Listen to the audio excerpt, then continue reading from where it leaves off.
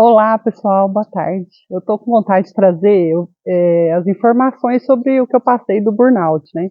Claro que cada um não é a receita de bolo, né? Cada um tem sua história, cada um tem sua forma de sair de situações, né? De problemas emocionais. Mas eu quero trazer aqui o meu relato até para tocar outro assunto depois, né? Porque foi uma coisa que me tomou, assim, em 2024, essa questão do burnout, né?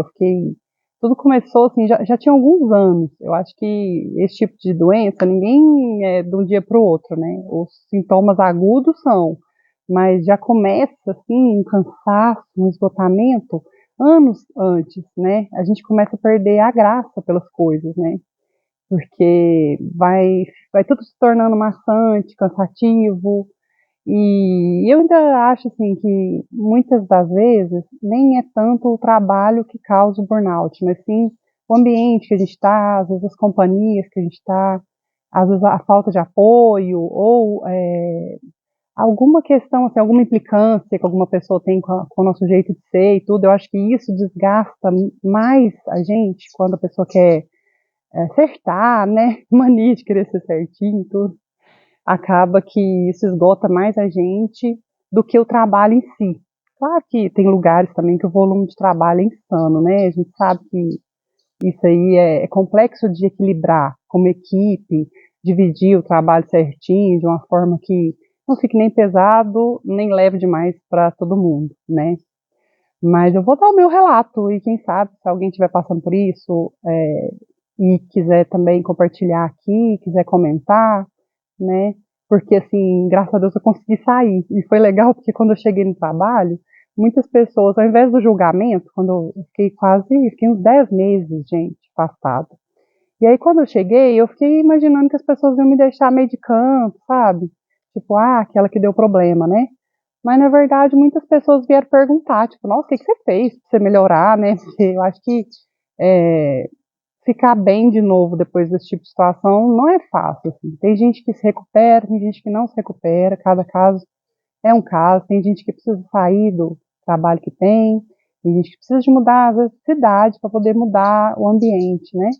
Então, para cada um, a cura pode estar em algum aspecto diferente, né? Então, assim, para mim, tudo começou com esse cansaço. De repente, eu comecei a chorar em vários lugares, nada a ver, tipo, no supermercado eu chorava, na academia eu fui fazer um exercício, achei difícil, comecei a chorar. No trabalho eu chorava várias vezes, né? Acho que isso aí com certeza acontecia, né? De ir pro banheiro chorar, no fim eu estava chorando na frente dos outros, e eu não tenho tanta vergonha assim, então, de chorar, né? Mas não é uma coisa assim normal, né? Tipo, a pessoa tá equilibrada, ela não vai ficar chorando no meio dos afazeres dela, né? Vai ser um momento que ela tá mais introspectiva, alguma coisa assim, que o choro pode vir. Mas comigo já tava assim, fora de qualquer controle, sabe? Vinha assim, em qualquer lugar, qualquer situação que eu me visse é, que eu não, que difícil, assim, ou é engraçado que o supermercado é um lugar que muita gente passa mal, assim, com crise de ansiedade lá dentro. Não sei se são as luzes, se é o excesso de coisa, mas algumas pessoas, assim, também já vieram me relatar que tem muita dificuldade no supermercado. Não sei se é porque a gente encontra muitas pessoas ali dentro. Eu não sei, assim, certinho. Eu acho que pode ser as luzes, né? E talvez o ar-condicionado, alguma coisa assim que faz a gente relembrar outros lugares, algum gatilho que tem no supermercado, que eu passei mal várias vezes, assim, começava a sentir tonta, parecia que eu ia desmaiar, achava que era pressão, achava que era alguma coisa assim, a palpitação, né, começava a chorar, enfim, eu fiquei meio grudada no meu marido também, coitado, esse ano, eu não conseguia, assim, dirigir, ir nos lugares sozinha, eu sempre precisei de companhia, né, algumas vezes eu tive que fazer perícia médica em outra cidade, e aí também é um fator estressante, né, e aí ele tinha que ir comigo para me acompanhar, mas agora que tudo, assim, passou, né, essa época passou, é um alívio muito grande, sabe, esses dias eu estava assistindo um vídeo da Jujutjut, que era muito legal, e ela comentando assim, quanto que às vezes a felicidade ela se assemelha a um alívio. tipo, a pessoa tá se sentindo muito pressionada, ou muito cansada, ou muito esgotada, e esse alívio que ela tem é uma coisa muito boa. E eu tô vivendo esse momento agora, né? De alívio, assim. E, e uma coisa também que eu estava assistindo ontem, às vezes quando a pessoa está numa depressão, ansiedade, vem um monte de gente querer te dar 1000 dicas, né? Tipo, ai, vai fazer exercício físico, vai viajar, vai. É, cinegrafista, gente, avisou que tinha uma folhinha. A pessoa dá várias dicas. Ah, vai fazer, tipo, fazer uma aula de alguma coisa. E assim, quando a pessoa tá no esgotamento mesmo, gente, ela não dá conta de fazer mais nada. Tudo que a gente inventa, a pessoa pode até tentar fazer, mas aquilo vai desgastá-la mais ainda. Eu vejo que o ideal mesmo é a pessoa conseguir descansar.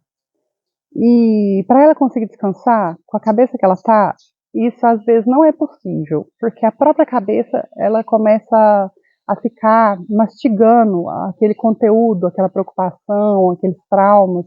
Então, muitas vezes, uma medicação, para mim, foi essencial, assim, porque a medicação vai conseguir deixar a pessoa descansar, seja ajudando ela a dormir, seja nivelando também, porque assim, o cérebro de uma pessoa em burnout, ele tá dando tilt, né? Começa, tipo, a ficar reativo demais, a gente fica nervoso com qualquer coisa, ou chora por qualquer coisa. Então, assim, precisa dar uma maneirada nesse tipo de movimento, e eu acho que o remédio, para mim, foi, assim, essencial. Primeira coisa, eu acredito, sabe, que é mesmo ir para um psiquiatra, explicar a situação, explicar os sintomas, porque numa hora dessa a gente pode tipo, estourar com algum colega de trabalho, ou estourar, acabar com um casamento, tipo, coisas que a pessoa quer ficar livre de uma situação, mas ela se liberta do jeito errado, tipo, brigando com as pessoas, jogando coisa na cara, que às vezes ela pode ter um pouco de razão no que ela está reclamando, pode, mas talvez ela pode passar também do ponto e depois não ter conserto aquela situação, sabe? Xinga o chefe ou xinga o colega, coisas que depois vão ter uma repercussão muito maior, né? Além do problema que ela está passando, ainda vai ter essa situação para ela resolver depois. Então eu penso assim, que ir num psiquiatra que te escute, né? Porque isso também é raro, gente, não é fácil. As pessoas elas já vêm assim querendo te enquadrar em 1000 coisas e às vezes o burnout ele vai acionar uma síndrome do pânico, vai engatilhar uma depressão ou uma bipolaridade, crises assim graves podem surgir a partir do burnout. Então é uma coisa que precisa desse acompanhamento, porque tem casos extremos, né, gente, que a gente sabe de pessoas que foi de, como diz, de arrasto para cima, né? Porque num desespero a pessoa comete um ato desesperado. Então, acho que o primeiro passo é ir num psiquiatra de confiança, num psiquiatra que te escute, que te dê uma medicação ali de resgate, de emergência e possa seguir um tratamento, né? Porque, assim, até terapia, eu já fiz 1000 anos de terapia na vida. Sou filha de psicóloga, adoro esse assunto e tal, mas eu tava assim, cansada até de explicar o que eu tava passando. Eu não queria nem pensar no que eu tava passando, eu não tava conseguindo nem colocar em palavras, eu não conseguia escrever, uma coisa que eu sempre gostei de escrever e tal. Eu tava com dificuldade para produzir texto, né? Isso é uma característica também do burnout.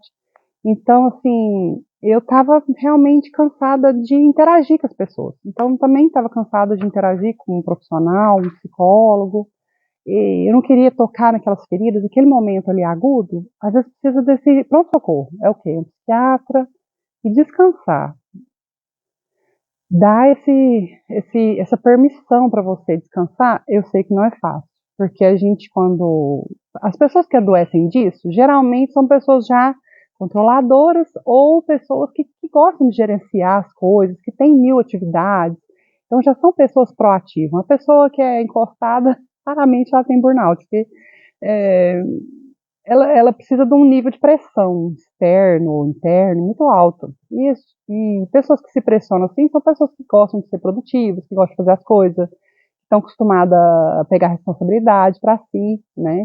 E aí a gente aceitar que adoeceu é outro capítulo, né? Não é fácil aceitar. que a pessoa precisa descansar. Ela acha que o mundo vai acabar se ela não estiver ali no emprego, se ela não estiver tomando conta da casa, das finanças, da comida, da roupa. E, gente, eu vou falar, o mundo gira sem a gente. Foi uma coisa que eu aprendi, que é óbvia, que o mundo gira sem a gente, mas é verdade. A gente não é tão indispensável assim. Se a gente tiver aqui um piripaque, uma coisa do coração, ou um AVC por conta de estresse, a gente vai passar, né? Vai finalizar nossa vida e o mundo vai continuar girando, as pessoas vão continuar vivendo e a gente não vai estar aqui para aproveitar. Então, assim, isso é muito real. E não adianta a gente achar que acontece com fulano, não vai acontecer comigo que eu sou forte, porque todo mundo tem o seu limite. E isso muitas vezes a gente não reconhece. Acho que outra característica deve ser de pessoas que têm burnout é não reconhecer seus limites. Porque uma pessoa que reconhece, ela delega mais, ela põe mais limite, fala, aqui não, aqui você está entrando na minha área privada, na minha individualidade, isso aqui não é um lugar permitido. E a gente tem, às vezes, dificuldade de colocar limite para as pessoas, ou pelo tanto de coisa que a gente quer fazer. Então, assim, é um aprendizado também que a gente pode ter nesse tipo de situação difícil, né? Aí, o que mais? Depois que eu consegui descansar, aí eu consegui ouvir uma psicóloga, a psicóloga lá do meu trabalho. Foi essencial, porque ela me trouxe, assim, muitas informações que eu não estava querendo enxergar, né? E, assim, eu lembro que a primeira dica que ela me deu foi, Cíntia, se exponha à luz solar. Porque a gente, quando não tá bem, a gente às vezes quer ficar no quarto, num quarto silencioso, não quer interagir, não quer fazer nada. Mas a luz solar não é às vezes ir pro sol. Se tiver jeito, tipo uma pracinha, beleza. Mas pelo menos abrir a janela do quarto e tá na luminosidade. Porque a claridade, ela vai refazendo ali centros do cérebro de estar acordado, de vigília, de sono, né? E isso já faz uma diferença para quem está em depressão, para quem está em ansiedade, para o ritmo circadiano e voltando a ficar bem. Também é uma coisa assim que é muito importante e muitas vezes é uma coisa fácil de a gente fazer e relativamente fácil, né? Se expor à claridade. E é uma coisa que muita gente deixa de fazer e isso pode ir adoecendo a pessoa. Aquela pessoa que tá sempre com a cortina fechada, a veneziana fechada. Eu sei que às vezes a última coisa que a gente quer é ver a claridade e tal. Às vezes a gente tem dor de cabeça, às vezes com remédio também dá dor de cabeça no começo, com sol. Mas pelo menos assim, alguma claridade para o corpo saber o que é dia e o que é noite. E aí a gente consegue começar a dormir também no horário, tipo, se o médico passa também um remédio que ajuda a dormir, é importante tomar ele mais cedo, para tentar dormir mais cedo, porque é muito melhor a pessoa dormir, tipo, das 10 às 7, 8 da manhã, do que à 1 da manhã, mesmo que ela acorde depois às, sei lá, às 9, às 10, dando o mesmo tanto de horas, dormir mais cedo também ajuda muito ao cérebro se refazer. Que eu vejo, assim, que a última coisa que o cérebro consegue voltar ao normal é essa capacidade produtiva de falar, assim, encadear os pensamentos, de escrever.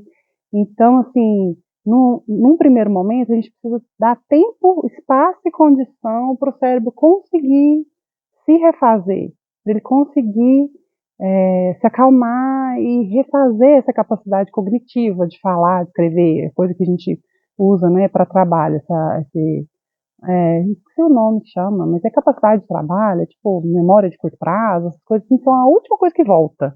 Então a gente também tem que ter uma paciência com a gente para conseguir é, de, dar tempo para o cérebro voltar ao funcionamento dele, né? Isso é muito importante também. Outra coisa que eu entrei muito em contato foi assim, com os meus traumas, sabe? Porque essas questões de gatilhos, né, dos lugares ou a fala de alguém, eu pude perceber que tinha muita coisa relacionada a trauma que eu não tinha olhado, que eu nem sabia que eu tinha, na verdade. Tem coisa assim que é de infância, tem coisa assim, eu acredito em reencarnação, eu acho que é até de outras vidas, sabe? E às vezes um tipo de trauma que a gente teve lá atrás, a coisa fica se repetindo, né? Então eu tive a oportunidade também de olhar para isso, sabe?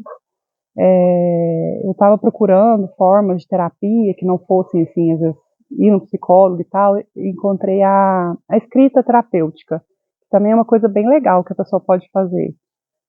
Não é fácil também, é bom você ter algum acompanhamento, algum terapeuta ou psicólogo para poder te dar um suporte daquilo que vier da escrita, né? E aí, nessa busca pela escrita terapêutica, eu ouvi falar sobre técnicas também da psicologia, que se chama EMDR e Brainspotting, duas técnicas boas para tratar trauma. Até a OMS indica para quem tem aqueles estresse pós-traumático, que às vezes acontece depois de um acidente, sei lá, um roubo que a pessoa sofreu. Pessoas que são veteranos de guerra também fazem essas técnicas, né, para melhorar de transtorno de estresse pós-traumático.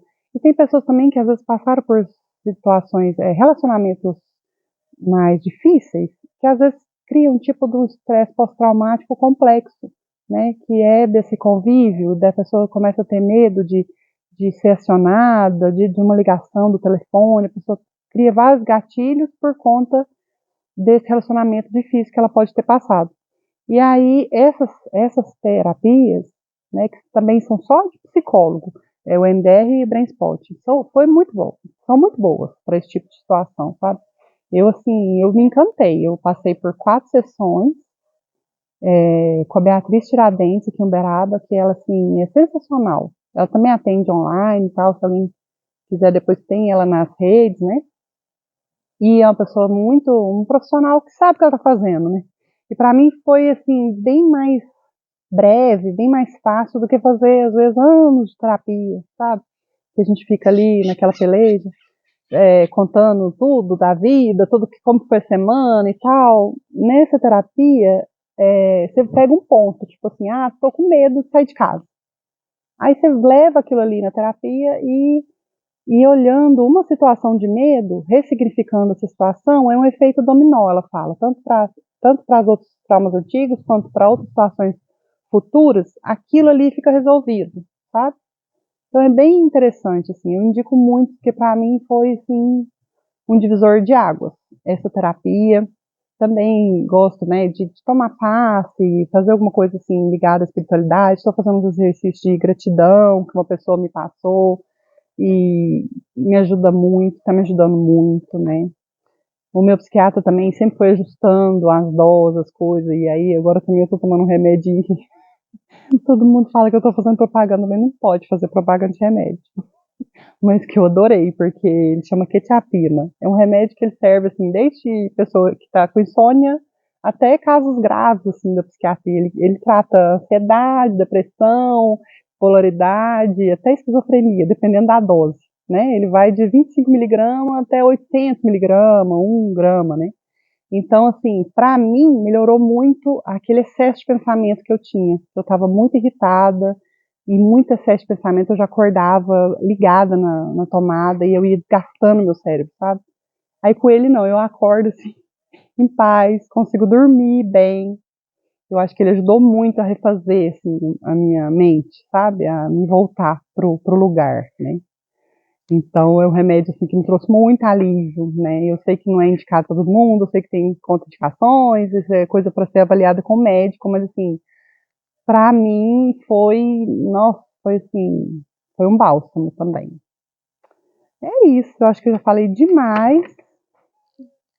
E eu também, assim, também comecei a fazer um pouquinho de reposição hormonal, porque eu já estou, né, no climatério, percebi isso também, percebi que aqueles calorões, aquelas questões assim, tudo junto, né, gente, porque o nosso cérebro também tem muitos receptores hormonais, tanto da progesterona quanto do estrogênio, então muitas vezes a gente também negligencia isso e vai descobrir só a hora que para de menstruar mesmo, que estava já com problema hormonal há anos, né. E aí também vai de cada um, vai de cada médico, mas tem hoje pessoas que falam que quanto antes a pessoa faz uma modulação hormonal, menos ela perde de receptores de estrogênio, né? Porque com o tempo vai tendo também uma poda neural por conta da menopausa, né? Uma coisa que cada época o corpo às vezes ele tem esses estirões, né? De crescimento quando é criança E aí tem aquela poda neural da criança que já viu algumas, já aprendeu algumas coisas, o cérebro depois ele desconecta aqueles neurônios, aqueles caminhos que não foram ativados.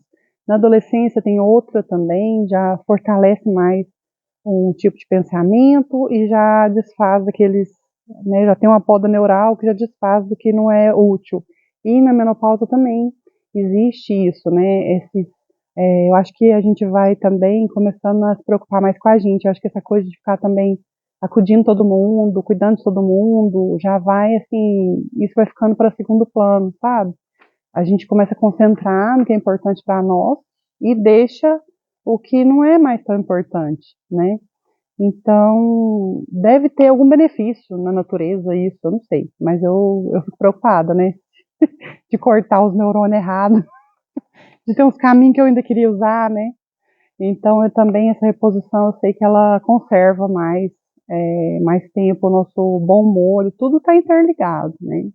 Agora eu já consigo também começar a cuidar mais da minha alimentação, consigo fazer alguma atividade física, já gosto de sair de casa de novo. Claro que agora eu estou privilegiando mais aquilo que me faz bem, né? Estou deixando de lado assim algumas coisas que antes eu ficava fazendo para agradar outras pessoas, sabe? Estou tentando achar graça na minha vida, porque se a gente fica também só fazendo obrigações, só coisas assim de rotina, eu acho chato, sabe? Eu acho que eu preciso assim, eu preciso desse espaço aqui de conversar, eu preciso de arte, eu preciso assistir um filme legal, ir no cinema, ir no teatro, fazer uma dança, eu e minha filha a gente faz dança, é bem legal, assim, uma coisa que me ajudou muito. Ano passado eu fazia dança uma vez por mês, consegui ir, as minhas amigas também, a minha família me ajudou muito. Nossa, meu marido teve muita paciência. Acho que muita gente no lugar dele tinha saído fora. Igual eu também já passei por uma crise de toque, transtorno pós-traumático, transtorno obsessivo compulsivo. Quando eu tinha 20 anos, eu tive uma crise. Aí agora aos 41 de novo, né? De 20 em 20, tá? Tá menos pior que se fosse direto, né? Mas eu sei que quando a gente tem essas situações, muitos companheiros saem fora, sabe? E graças a Deus eu tive esse apoio da minha família e minhas amigas também. Teve gente que foi me visitar e trouxe clareza, assim, pro meu tratamento, me ajudar, sabe? Então eu vejo, assim, o tanto que é bom a gente ter as conexões certas também. Minhas tias com quem eu conversava, desabafava, minhas primas. Eu sou muito grata a todo mundo, assim, que me ajudou, sabe? Tá todo mundo aqui no meu coração. Porque nessa hora que a gente sabe, né? Com quem que a gente pode contar. Os colegas também que tiveram paciência, que me perguntavam como que eu estava, também sou muito grata, né? É isso, gente. Espero que seja um outro capítulo. Mas se alguém quiser saber mais alguma coisa, se eu tiver, se for um assunto que interessa, eu estou à disposição também para conversar mais um pouquinho, né? É isso. Um beijo para vocês. Até mais.